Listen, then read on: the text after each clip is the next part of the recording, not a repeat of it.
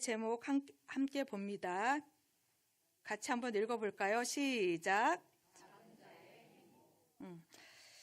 행복이란 무엇일까요?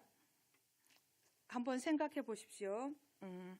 제가 행복이란 무엇인지 그 개념을 알기 위해서 찾아왔는데요. 첫 번째, 복된 좋은 운수란 뜻이 있고, 두 번째, 생활에서 충분한 만족과 기쁨을 느끼는 흐뭇한 상태라고 합니다. 또 세 번째, 모든 인간이 추구하는 것이 행복이라고 합니다. 그럼 우리 아동부 아이들에게 가끔 행복이 무엇이냐고 물어볼 때가 있습니다.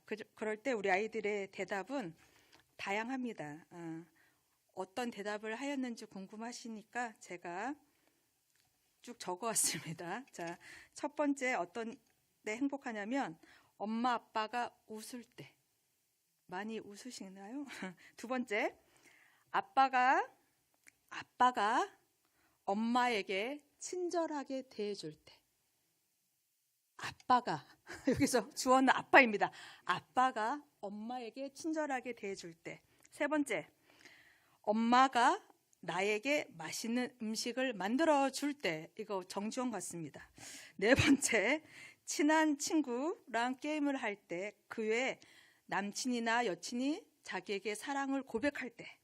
요즘 아이들 조숙합니다. 가족 모두가 함께 여행을 떠날 때 등등이 있습니다. 그럼 어른들의 행복은 어떤 것이 있을까요? 생각해 보세요. 첫 번째, 놀라지 마십시오. 로또나 복권에 당첨되었을 때. 두 번째, 배우자가 내가 좋아하는 명품이나 고급 승용차를 사주었을 때. 동감하시는 것 같은데요. 세 번째, 내가 원하는 만큼의 배우자가 용돈을 주거나 쓸 돈을 줄 때. 그리고 직장에서 승진할 때, 원하는 대학을 갔을 때, 대학원을 갔을 때, 기타 등등이 있습니다. 아이들과 어른들의 행복은 차이가 있습니다. 아이들은 사람들과 함께 하면서 공감하고 시간을 보낼 때 행복감을 느낍니다. 그런데 어른들은 소유에 만족할 때 행복함을 느낀다고 합니다. 맞나요? 아이들과 어른들의 행복은 차이가 있습니다. 그렇다면 우리 믿는 사람들, 그리스도인들의 행복은 무엇일까요? 어디에서 행복을 찾을 수 있을까요? 오늘 본문을 다시 한번 읽어보겠습니다. 이사야 60장 21절 말씀입니다. 한번 다시 읽어보겠습니다. 시작. 그 작은 자가 천명을 이루겠고 그 약한 자가 강국을 이룰 것이라. 때가 되면 나 여호와가 속히 이루리라. 아멘. 오늘 말씀은 참 놀라운 예언의 말씀입니다. 그 작은 자가 천명을 이루겠고 그 약한 자가 강국을 이룰 것이라. 작은 자가 천명을, 약한 자가 강국을. 그런데 오늘 말씀에서 주의 깊게 봐야 할 것이 하나 있습니다. 그것은 바로 얼핏 보이는 주어와 진짜 주어가 다르다는 것입니다. 얼핏 보이는 주어는 작은 자, 약한 자가 주어인 것처럼 보입니다. 그러나 작은 자가 천명을 이루고 약한 자가 강국을 이루게 되는 것으로 보입니다. 그런데 사실은 작은 자, 약한 자가 진짜 주어가 아닙니다. 오늘 이사야 말씀은 이 일을 가능하게 하는 진짜 주어를 마지막에 알립니다. 그분이 누구시냐면 나 여호와입니다. 하나님은 말씀하십니다. 이 일은 내가 이루는 것이라고. 할렐루야. 동의를 안 하시는 것 같아서. 작은 자가 열심히 노력해서 천명을 만드는 것이 아닙니다. 약한 자가 열심히 공부하고 연구하고 최선을 다해서 강국을 이루는 것이 아닙니다. 이 일은 누가 하시는 일입니까? 하나님만이 하실 수 있는 일임을 알 수 있습니다. 이것을 보고 은혜라고 합니다. 은혜라고 합니다. 천배의 은혜를 주실 수 있는 분, 약한 자가 강한 자가 되는 인생, 역전의 은혜를 주실 수 있는 분은 오직 하나님 한 분이십니다. 이 말씀을 오늘 수요 예배에 전할 수 있어서 매우 감사하고 감동입니다. 이 성경 본문을 개인적으로 읽으면서 이런 생각을 해본 적이 있습니다. 하나님, 과연 제가 이 본문을 가지고 설교할 수 있는 날이 올까요? 작은 자가 천명을 이뤘다고, 약한 자가 강국을 이뤘다고 설교할 수 있을까요? 우리 교회가 천명을 이루었다고 설교할 수 있을까요? 몇 년 전에 우리 교회가 700명까지 되었다고 담임 목사님께서 말씀해 주셨습니다.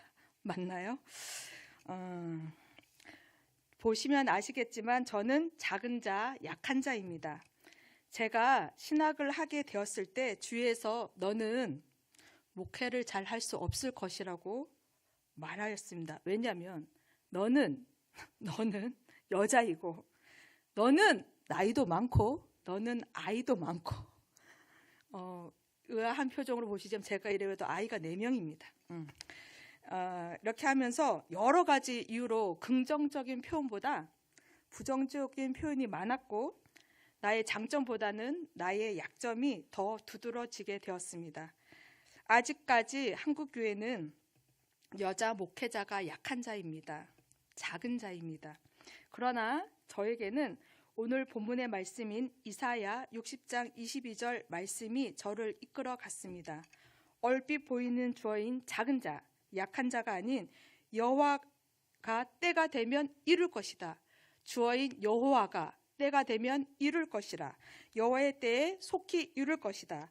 나의 때가 아닌 여호와의 때가 되면 하나님이 원하는 시간, 그 시간이 언제인지 모르지만 하나님의 시간에 하나님의 방법으로 하나님의 강국이 속히 이룰 줄 믿습니다. 할렐루야. 하나님의 은혜, 그 시간을 묵묵히 기다리면 그때가 반드시 올 줄로 믿습니다. 제가 신학을 하게 된 후 사람들이 많이 궁금해했습니다. 왜 신학을 하게 되었는지, 왜 사명자의 길을 가려고 하는 것인지 등등. 여자가 우리 예은의 성도님들도 궁금하시죠? 저는 상담에 관심이 많아서 상담 공부를 준비하고 있었습니다. 그러던 중 제가 5학년 남자반 아이를 섬기고 있을 때 그중 송우혁이란 아이가 병에 걸렸습니다. 병명은 알 수 없었습니다. 한 달이 지난 후 그 아이는 암이라는 판정을 받았고 한 달 후에 또 죽는다는 통보를 받게 되었습니다. 이 일이 있고 난 후 저는 40일 저녁 금식을 하게 되었습니다. 작정 기도를 하였습니다.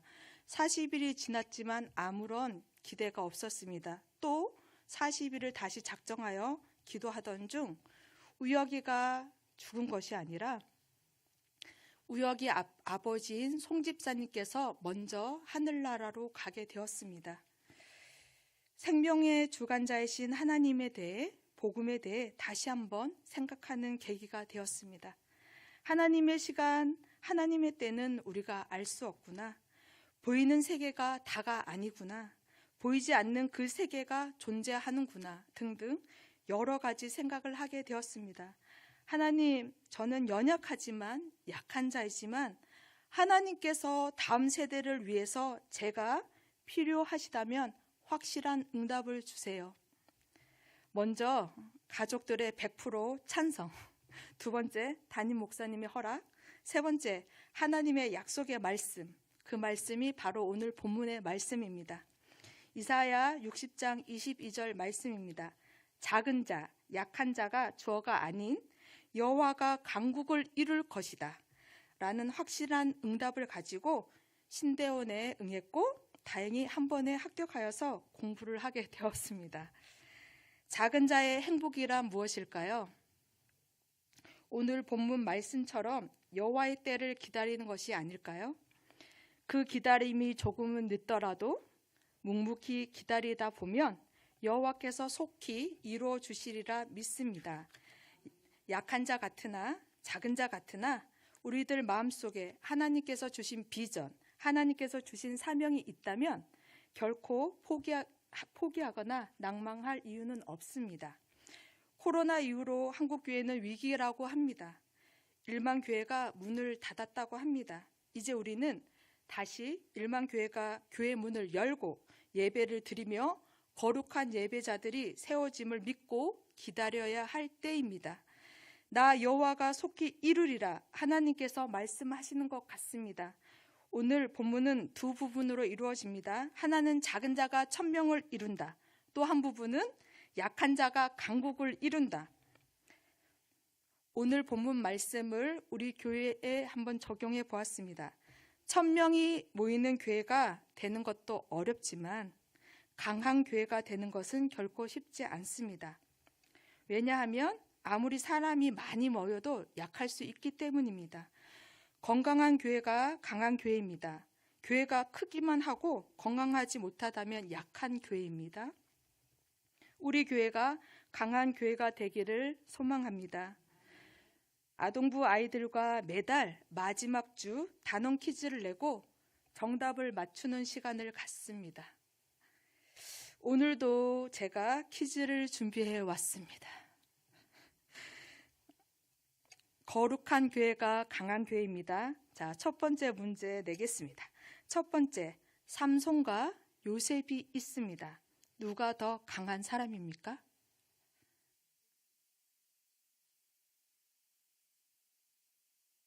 네, 요셉입니다. 요셉은 연약해 보이지만 보디발 아내의 유혹을 이겨냈습니다.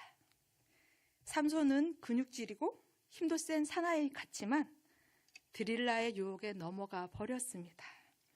거룩한 자가 강한 자입니다. 어떤 교회가 강한 교회입니까? 어떤 성도가 강한 성도입니까? 거룩한 성도가 많이 있는 교회가 강한 교회임을 믿습니다. 바로 우리 교회입니다. 우리 교회도 거룩하기를 소망합니다. 두 번째, 하나님이 함께 하시는 교회가 강한 교회입니다. 사울 왕, 다윗 중 누가 더 강한 사람입니까? 확신하십니까? 네, 다윗입니다. 겉으로 보기에는 군사력이 많은 사울이 강해 보입니다. 그러나 광야에 있던 다윗은 하나님께서 항상 함께 하셨기 때문에 강한 자입니다. 광야에서 죽음의 위기가 많았지만 사울은 다윗을 죽일 수 없었습니다. 왜냐하면 하나님께서 다윗과 함께 하셨기 때문입니다. 어떤 교회가 강한 교회입니까? 하나님이 함께 하시는 교회가 강한 교회입니다. 하나님의 임재가 함께 하시는 교회, 바로 우리 교회입니다. 바로 우리 교회입니다. 오늘 본문 말씀을 한 번 더 합독하시고 기도하시겠습니다. 시간이 자, 암송하시면 영적 생활에 유익이 됩니다. 길을 가다가도 말씀이 생각나고 기도하다가도 마음속에서 그 말씀이 생각나기 때문입니다. 오늘 이사야 60장 22절 말씀을 암송한다는 생각으로 한 번 더 읽어보겠습니다. 시작. 그 약한 자가 강국을 이룰 것이라. 때가 되면 나 여호와가 속히 이루리라. 아멘. 성경책에 형광펜으로 이렇게 색칠하고 매일매일 읽고 암송하세요. 우리 아이들에게 매일 제가 강조하는 부분입니다. 자, 우리 교회와 한국교회와 다음 세대를 위해 오늘 이 시간 기도했으면 좋겠습니다. 다 함께 기도하시겠습니다. 주님의 이름을 부르며 나아가겠습니다. 주여, 하나님 아버지 감사합니다. 한국교회와 다음 세대가 세워지게 하옵소서. 약한 자가, 작은 자가 강국을 이루는 교회가 되게 하시며 한국교회가 강한 교회가 되게 하옵소서. 거룩한 교회, 하나님의 성령의 임재가 함께하는 교회가 되게 하옵소서. 여호와의 때에 속히 이룰 줄 믿습니다. 하나님, 다음 세대가 온전히 세워지게 하옵소서. 다음 세대가 믿음으로 승리하게 하옵소서. 말씀을 가지고 기도하며 나가는 다음 세대가 되게 하여 주시옵소서. 학교에서 세상에서 믿음으로 승리하게 하옵소서. 하나님, 한국교회를 세워주옵소서. 일만교회 교회가 다시 문을 열게 하시고 하나님 앞에 예배하게 하시며 거룩한 예배자들을 세상에 많이 세워줄 수 있도록 도와주옵소서. 우리 속에 하나님의 영, 진리의 영이 있게 하시며 하나님에 대해 하나님의 시간에 이 일을 이룰 줄 믿사오니 하나님, 우리 눈을 열어 하나님의 비전을 바라보게 하시고 하나님께서 주신 사명의 길을 바라볼 수 있도록 주여 도와주시옵소서. 약한 자가 강국을 이룬다는 그 말씀을 의지하여 나아가는 저희들 되게 하여 주시옵소서. 오늘 이 말씀 일이 마음 안에 새겨지게 하시고 이 말씀대로 순종하며 의지하는 저희들 되게 하여 주옵소서. 하나님, 약한 자, 나약한 자가 아닌 진정으로 하나님께를 바라보는 믿음의 사람, 비전의 사람, 사명자가 될 수 있도록 주여 도와주옵소서. 우리 안에 예수의 영으로 가득 채워 주옵소서. 하나님의 말씀으로 가득 채워 주옵소서. 성령 하나님, 오늘 이곳에 임재하여 주셔서 우리 교회가 하나님의 임재가 가득한 교회가 되게 하옵소서. 하나님의 임재가 가득하여서 하나님과 함께 하시는 교회가 되게 하여 주옵소서.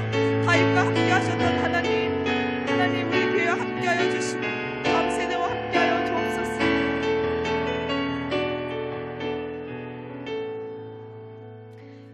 하나님 아버지, 한국교회와 다음 세대가 세워지게 하옵소서. 약한 자가, 작은 자가 강국을 이루는 교회 되게 하시며 한국교회가 강한 교회 되게 하옵소서. 거룩한 교회, 하나님의 성령의 임재가 함께하는 교회가 되게 하옵소서. 여호와의 때에 속히 이룰 줄 믿습니다. 주기도문 하시겠습니다. 하늘에 계신 우리 아버지, 아버지의 이름을 거룩하게 하시며 아버지의 나라가 오게 하시며 아버지의 뜻이 하늘에서와 같이 땅에서도 이루어지게 하소서. 오늘 우리에게 일용할 양식을 주시고 우리가 우리에게 잘못한 사람을 용서하여 준 것 같이 우리 죄를 용서하여 주시고 우리를 시험에 빠지지 않게 하시고 악에서 구하소서. 나라와 권능과 영광이 영원히 아버지의 것입니다. 아멘.